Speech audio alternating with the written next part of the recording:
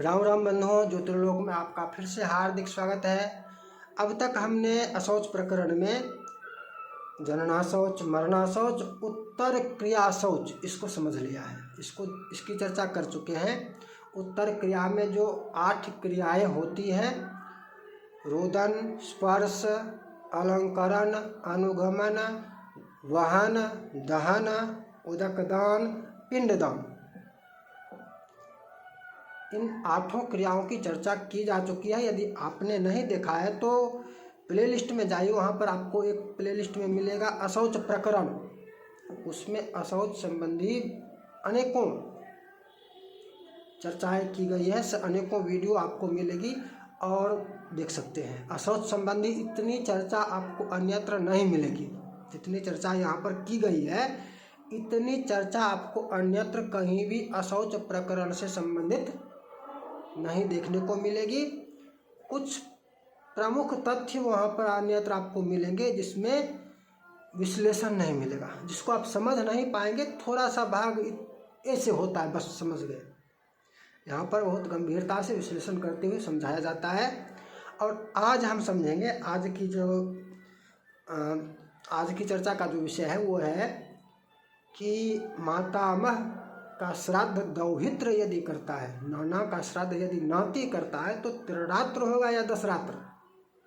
क्यों दशरात्र होगा, त्रिरात्र क्यों नहीं होगा, इसको समझेंगे। लेकिन व्यवहार में आपको सामान्य रूप से जो प्रश्न इस पर उठेगा, वो जैसे ही आएगा कि नाती करेगा तो वहाँ पर सब लोग आपसे एक ही प्रश्न करेंगे कि नाती करेगा तब तो त्रिरात्र होगा। सीधा सीधा ये प्रश्न आएगा। और यदि आप इस विषय को गंभीरता से नहीं जानते समझते हैं, प्रमाणों को लिखना आवश्यक है, लिखते रहिएगा। प्रमाणों को लिख कर रखना होगा। ये कह रहे हैं बारंबार, हम आपको पहले दिन से कह रहे हैं कि प्रमाण जहाँ कहीं भी आता है उसको लिख कर रखते चलिए। क्योंकि जब कुछ आप बोलेंगे तो वहाँ पर फिर अगला व्यक्ति ऐसा भी होता है, लिखा हुआ है कहीं पर, ये पूछने वाला भी आता है। उस समय आपको हाँ लिखा हुआ है दिखाने की भी आवश्यकता होती है। हाँ लिखा हुआ है।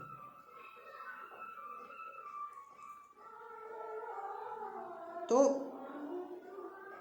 ऐसे प्रकरण जब भी सामने आते हैं, अब तो ये सामान्य सी बात हो गई है, और इस व्यवस्था में यह प्रश्न बहुत ही, और इसका उत्तर नहीं दे पाते हैं लोग। प्रश्नकर्ता जो परीक्षक है वो कहता है त्रिरात्रा शौच होगा ना, नाती करेगा तो। अगला आदमी उत्तर देने वाला जो कोई भी होता है, हाँ त्रिरात्रा शौच होगा, यही उत्तर दे देता है। त्रिरात्रा शौच नहीं होगा यदि नाती करता है। नाती नाना का श्राद्ध करेगा, दाह संस्कार से लेकर श्राद्ध तक सारी क्रियाएं यदि नाती ही करेगा, दौहित्र मातामह का करेगा, तो त्रिरात्रा शौच नहीं होगा, दशाहा शौच हो जाएगा, पूर्णा शौच होगा। और आज इसको हम समझेंगे कैसे होगा। वैसे यदि आपने पिछली चर्चाएं सुनी हैं, मुख्य रूप से ये उत्तरा शौच संबंधी, अलंकरण, दहन, वहन दहन, उदकदान, पिंडदान, ये सब चर्चाएं यदि आपने पिछली वीडियो देखे हैं तो समझ गए होंगे। किंतु पृथक चर्चा हम कर रहे हैं पुनः अलग से, ताकि समझने में कठिनाई ना हो। हम पीछे वहन दहन प्रकरण में एक चर्चा हमने ध्यान देने वाला जो प्रसंग है उसको समझिए। वहन और दहन प्रकरण में ध्यान देने वाला विषय ये है कि वहन करता, दहन करता या उत्तर क्रिया में, सीधी सी बात, उत्तर क्रिया में संलिप्त होना लीजिए, जो भी अशौच उसका निर्धारित अशौच है उसकी वृद्धि हो जाती है। यदि अशौच नहीं है, असंबंधी है, अन्य जाति का है और दहन मात्र किया तो धर्मार्थ किया तो एकाहा शौच में वो आ जाएगा। सद्या शौच का भी विधान है, एकाहा शौच की मान्यता होगी। नहीं था अशौच, इसलिए अशौच कितना, एकाहा शौच। किंतु यदि पक्षिणी अशौच जिसके लिए है उसको, जिसके लिए एकाहा शौच या पक्षिणी अशौच का विधान है अर्थात संबंधी है किसी प्रकार से, तो उसके अशौच की वृद्धि हो जाएगी और उसको त्रिरात्रा शौच हो जाएगा। उसके अशौच की वृद्धि होगी कहाँ पर, यदि वह रोदनादि क्रियाओं में सम्मिलित हो जाता है, किसी प्रकार से मृतक से संबंध स्थापित कर लेता है। सीधी सी बात इतनी है कि आप संबंधी हैं, आपके लिए अशौच का विधान है और वो विधान पक्षिणी अशौच का है अथवा एकाहा शौच का है। जो मरा है उसके साथ आपका उसके साथ किसी प्रकार का संपर्क नहीं हो पाया, आपको मात्र सूचना मिली, सूचना मात्र की प्राप्ति हुई तो पक्षिणी अशौच होगा। उसके घर गृह संबंध स्थापित हो गया तो समझ चुके हैं, तब त्रिरात्रा शौच हो जाता है। पक्षिणी अशौच है भाई बहन के लिए, बुआ भतीजे के लिए, मामा भांजे के लिए, मौसी बहन बेटा के लिए, ममेरे फुफेरे मौसेरे भाई के लिए पक्षिणी अशौच का विधान है। किंतु गृह संबंध स्थापित होने पर क्या हो जाता है, त्रिरात्रा शौच हो जाता है। यदि गृह संबंध स्थापित हो जाए, एक दूसरे के घर में जाकर मर जाए तो त्रिरात्रा शौच हो जाएगा, अथवा जो मर रहा है उसके घर में हो तो भी गृह संबंध स्थापित हो गया। मुख्य प्रकरण यहाँ पर गृह संबंध है, गृह संबंध स्थापित हो गया और त्रिरात्रा शौच हो जाता है। गृह संबंध स्थापित नहीं भी हुआ, उसके अनुगमन इत्यादि हो गया, सब यात्रा में सम्मिलित हुआ, कंधा या दाह संस्कार में सम्मिलित हुआ तो भी त्रिरात्रा शौच हो जाएगा। मृतक से संपर्क हो गया, गृह संबंध हो या मृतक से संपर्क हो, संस्पर्श इत्यादि जो कुछ भी है। सामान्य अशौच जो है, अल्पाशौच यदि है संबंधियों के लिए तो उसकी वृद्धि हो जाती है, वो त्रिरात्रा शौच हो जाता है। एक विषय है। तो नाती के लिए त्रिरात्रा शौच कब है, सामान्य अवस्था में है। नाती के लिए त्रिरात्रा शौच कब है, सामान्य अवस्था में है।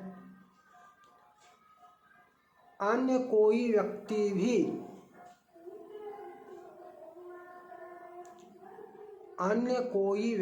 भी दाह संस्कार करता है तो इससे उसको दशा शौच की प्राप्ति नहीं होती है। यदि लोभ नहीं है, स्नेहेन सवर्ण निरहार, यदि स्नेह से सवर्ण का किया तो निरहार मात्र उपवास से उसका हो गया। तदन्नसने तद गृहवासे च दशाह, उसका अन्न भक्षण किया तो त्रिरात्र, पहले समझ चुके हैं। उसके घर में रहा तो त्रिरात्र, दोनों घर में भी रहा, वास भी और अन्न भी खाया, भोजन ग्रहण किया तो दशाह शौच। तो क्या होगा, दशाह शौच हो जाएगा। समझिए इसको गंभीरता से समझिए। तदन्नानसने तद गृहवासे त्रयः, उसका अन्न भी ग्रहण नहीं करेगा मृतक का, उसके घर में वास भी नहीं करेगा, तब त्रिरात्रा शौच है नाती के लिए। नाती के लिए त्रिरात्रा शौच कब है, जब ननिहाल जाकर वहाँ पर उस घर में रहे ना, श्राद्ध करने की बात तो छोड़ दीजिए, दहन अग्नि उस घर में जाकर रहे ना, उस नाना का अन्न ग्रहण करे ना, तब त्रिरात्रा शौच होगा। कैसे होगा, तो त्रिरात्रा शौच इस अवस्था में होगा, ये भी पहली अवस्था है, होगा फिर भी नहीं, इसको भी समझ लीजिए। जब उदकदान पिंडदान पर आएंगे तो पुनः ये वहाँ पर खंडित हो जाएगा। अभी यहाँ पर है वह अन्न और वास में, तो यहाँ तक विचार करने पर ऐसा प्रतीत होता है कि यदि अपने घर में करे स्वयं के घर में करे तो त्रिरात्रा शौच होगा। नाना के घर में नहीं करेगा, नाना का अन्न नहीं खाएगा तो त्रिरात्रा शौच होगा। अभी इतने पर आए हैं, और यदि यहीं पर ये आ जाए कि नाना के घर में ही रह रहा है, नाना का ही अन्न भोजन कर रहा है, तो इतने से ही सिद्ध हो गया कि उसको दशरात्रा शौच होगा। इतने से सिद्ध हो गया, आगे सिद्ध करने की आवश्यकता नहीं है, इतने से ही सिद्ध हो गया। आगे और भी है। आगे क्या है, इस अवस्था में, इसको थोड़ा सा और समझते हैं। इसी अवस्था में अन्य के लिए जो विधान है, अन्य जाति के लिए भी जो विधान है, इस प्रकार से समझिए। अन्य जाति के लिए भी विधान है कि अन्य जाति को भी उस जाति के अनुसार पूर्णा शौच होगा। यदि वह लोभ से कर रहा है, यदि उसका वह धन ले रहा है, यदि वह द्रव्य ग्रहण कर रहा है, यदि उसके घर में चला गया, यदि उसका अन्न भक्षण कर रहा है, तो अन्य जाति को भी पूर्णा शौच होगा। नाती की तो बात छोड़ दीजिए, नाती की तो बात छोड़ दीजिए, नाती की तो चर्चा ही यहाँ पर मत कीजिए। इसको काट जब देंगे, हटा देंगे, चलो नाना के घर में ना तो जाएगा, ना तो नाना की संपत्ति का उत्तराधिकार ग्रहण करेगा, उत्तर संपत्ति में हिस्सा भाग नहीं लेगा, शेयर नहीं लेगा, संपत्ति का भी त्याग कर रहा है, घर भी नहीं लेगा, नाना का अन्न भी ग्रहण नहीं करेगा। इतनी बात आप, इतना शर्त आप लगा दी, चलो ये सब नहीं करेगा, तब तो त्रिरात्रा शौच होगा, तब तो त्रिरात्रा शौच होगा। नहीं, फिर भी त्रिरात्रा शौच नहीं होगा। यदि उसको कर्म आगे का करना है तो त्रिरात्रा शौच नहीं होगा। आगे का कर्म यदि नाती को नहीं करना है तब त्रिरात्रा शौच होगा।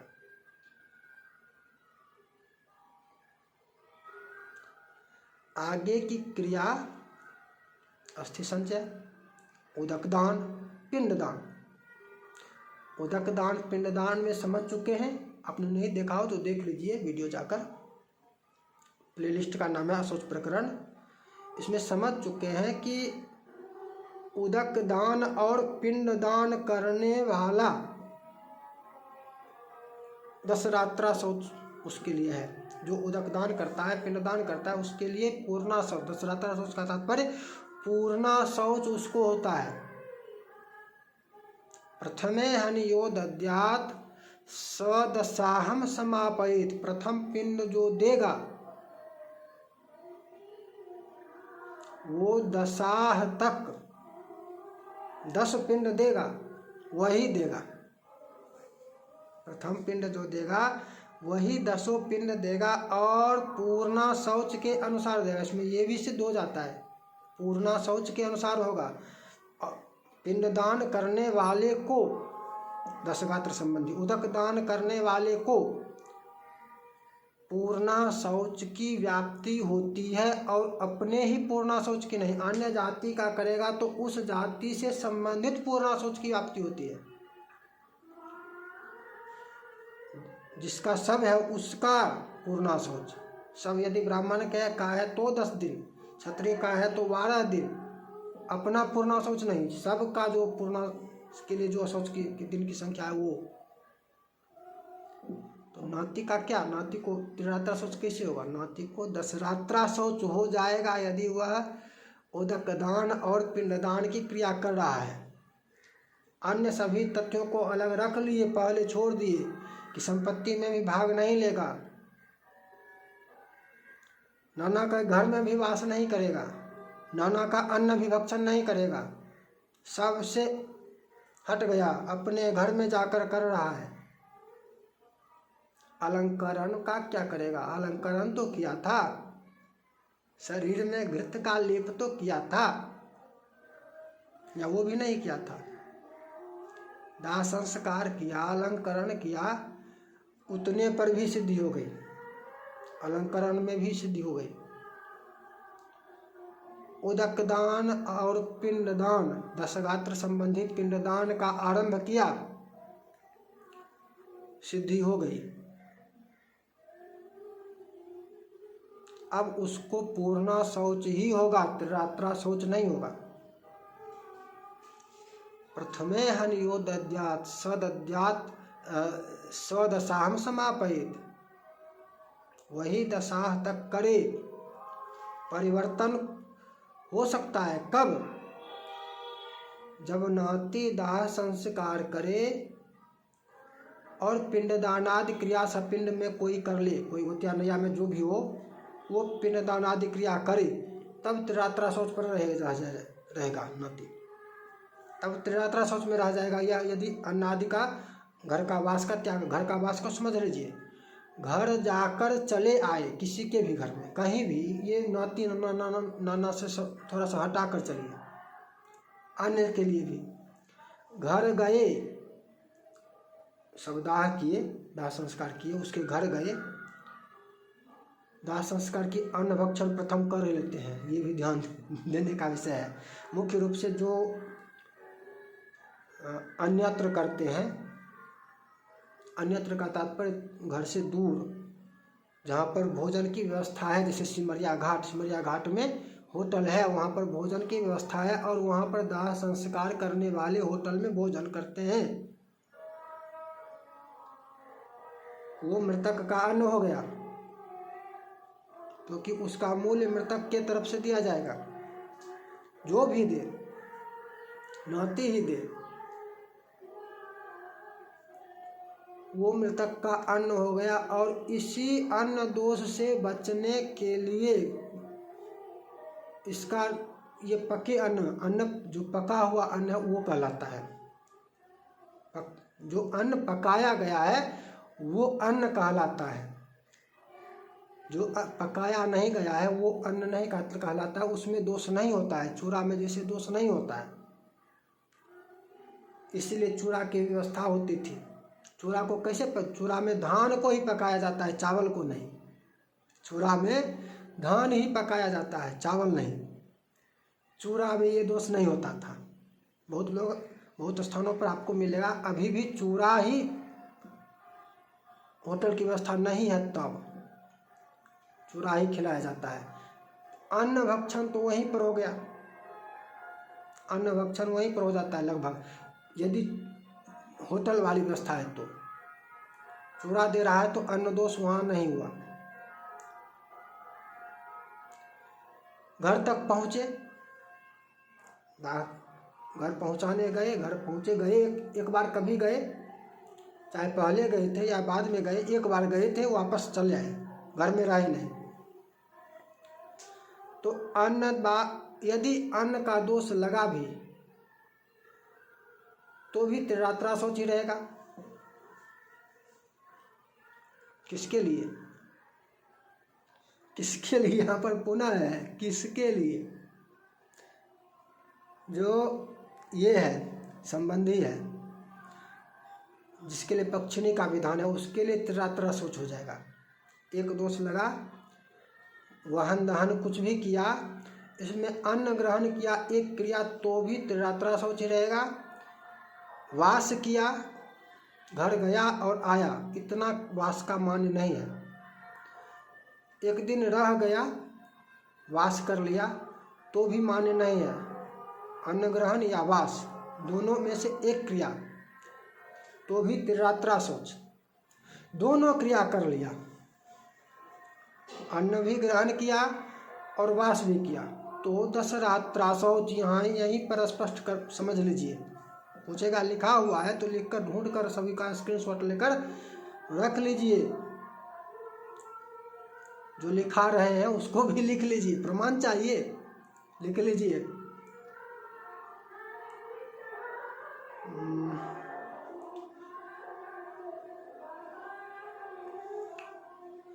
पुत्रो भ्राताथ दौहित्रो, प्रमाण लिख लीजिए।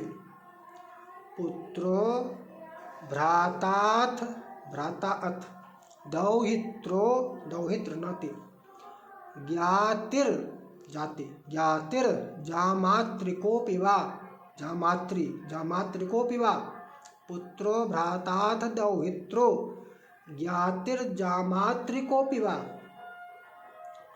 प्रथमे हनियो दद्यात् सदशाहम समापयित। पाराशर का वचन है, प्रथमे हनियो दद्यात् सदशाहम समापयित। कौन कौन? पुत्र दे, भाई दे, पुत्र दे अथवा भाई दे, इसी में भाई के साथ भतीजा इत्यादि सब आ गया। दौहित्रो, नाती दे अथवा जाति का कोई भी दे, जाति कोई गोतिया, गोतिया में से कोई। जामात्रिकोऽपि वा, जमाई दामाद भी आ गया, नाती का तो जाने दीजिए, दामाद भी आ गया, दामाद भी दे सकता है, दामाद भी कर सकता है। यही से सिद्ध हो गया कि दामाद भी कर, जमाई जमाता भी कर सकता है, नाती की तो जाने दीजिए। और क्या? प्रथमे हनियो दद्यात् सदशाहम समापयित, वही दशा तक दे, वही 10 गात्र करे, 10 दिन करे। दशाहम समापयित, 10वें दिन, दशाहम 10, अहम 10वें दिन समापन करे, 3 दिन में 10 गात्र ना करे। और लिखना है असगोत्र, असगोत्रस्सगोत्रो वा, असगोत्रस्सगोत्रो वा यदि स्त्री यदि वा पुमान। असगोत्र हो अथवा सगोत्र हो, गोत्र भिन्न भी आ गया। स्त्री हो अथवा पुरुष हो, यदि स्त्री हो यदि पुरुष हो, कुछ भी हो। प्रथमे हनियो दद्यात् सदशाहम समापयित, ये भृगु का पुनः वचन है। असगोत्र सगोत्र वा यदि स्त्री यदि वा पुमान, और प्रथमे हनि पूर्ववत है जैसे पराशर में था, प्रथमे हनि दद्यात् दशाहम समापयित। दशाहम समापयित, दशाहम का क्या? 10 अहम, 10 दिन, 10वें दिन, तीसरे दिन नहीं, 10वें दिन सदशाहम समापयित, 10वें दिन समापन करे। तो क्या हुआ? दशाह शौच की सिद्धि हो गई। प्रथमे हनि यह कर्ता नारी व पुरुषोथवा, प्रथमे हनि यह कर्ता नारी व पुरुषोथवा आदशाह प्रकुर्वीत पिंडदानोदक क्रिया। अन्य श्रुति का भी वचन है, प्रथमे हनियो दद्यात्, प्रथम दिन जिसने दिया, नारी व पुरुषोथवा, स्त्री ने भी कर दिया हो या पुरुष ने किया हो। आदशाह प्रकुर्वीत, आदशाह दशाह पर्यंत, दशाह तक, 10 अह दिन को कहते हैं, 10 दिन तक वही प्रकुर्वीत करे। क्या? पिंडदानोदक क्रिया, पिंडदानोदक क्रिया वही करे। अशौच की वृद्धि हो गई, दशा शौच हो गया, 10 दिन तक करे। और श्राद्ध तो इसके पश्चात ही करेगा, एकादशा द्वादशा तो इसके पश्चात ही करेगा। तो क्या स्पष्ट हुआ? नाती नाना का श्राद्ध करता है तो त्रिरात्रा शौच नहीं होगा। कौन सा शौच होगा? दशाह शौच होगा, पूर्णा शौच होगा। दशाह शौच का तात्पर्य पूर्णा शौच होगा। दशा हम कहते हैं ये ब्राह्मण के लिए दशा होता है, अन्य के लिए जहाँ 12, 15, 30 दिन की व्यवस्था है वहाँ उसके अनुसार पूर्णा शौच है।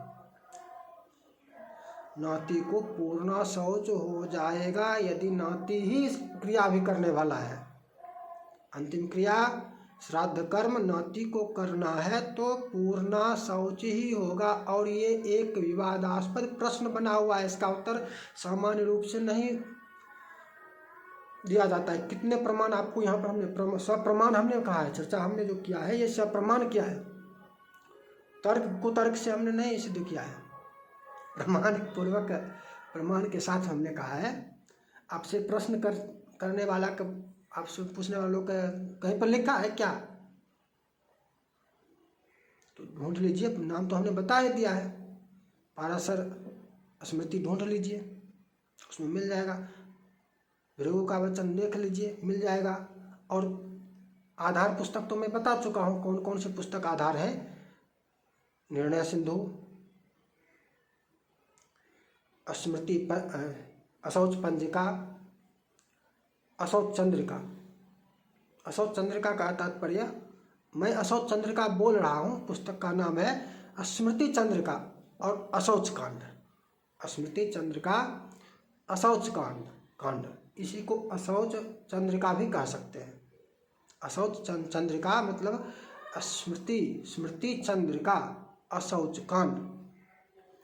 इन पुस्तकों में आपको सभी प्रमाण मिल जाएंगे। जब तक हम आपको वेबसाइट पर सभी प्रमाण उल्लिखित करके नहीं देते हैं, तब तक आपको इन पुस्तकों में देखना होगा, इन पुस्तकों में मिल जाएगा। ये सिद्ध हो गया कि नाती के लिए यदि नाती नाना का अशौच करता, ये क्रिया करता है, नाती को छोड़ दो। कोई भिन्न जाति का व्यक्ति भी करेगा, नाती को जाने दो, नाती के लिए त्रिरात्रा शौच होगा, त्रिरात्रा शौच होगा। भिन्न जाति का व्यक्ति भी करेगा तो भी पूर्णा शौच होगा, उसको तो भी 10 गात्र होगा।